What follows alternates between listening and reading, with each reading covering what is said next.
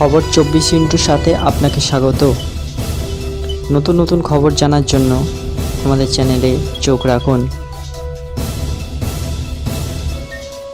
নমস্কার দর্শক বন্ধুরা, খবর 24 সাথে আপনাকে স্বাগত। বহিরাগত প্রার্থী চাই না, বাগদা উপনির্বাচনে বিজেপি প্রার্থী হিসাবে বিনয় বিশ্বাসের নাম ঘোষণার পর থেকেই কার্যত দলের অন্দরে ক্ষোভ তৈরি হয়।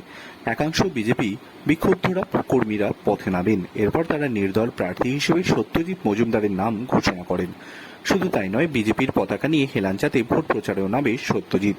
উল্লেখ্য, সোমবার বিনয় বিশ্বাসের নাম ঘোষণা করা হয়।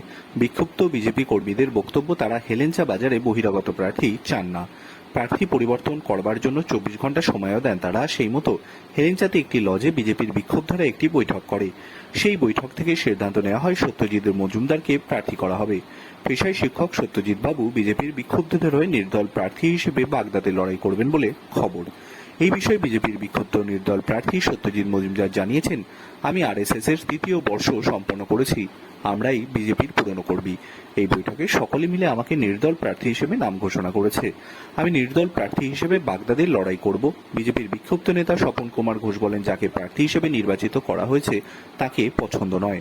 উনি বিজেপি করেন কিনা তাও জানি না, তাই নির্দল প্রার্থী হিসেবে সত্যজিৎ বাবুর নাম আমরা ঘোষণা করলাম।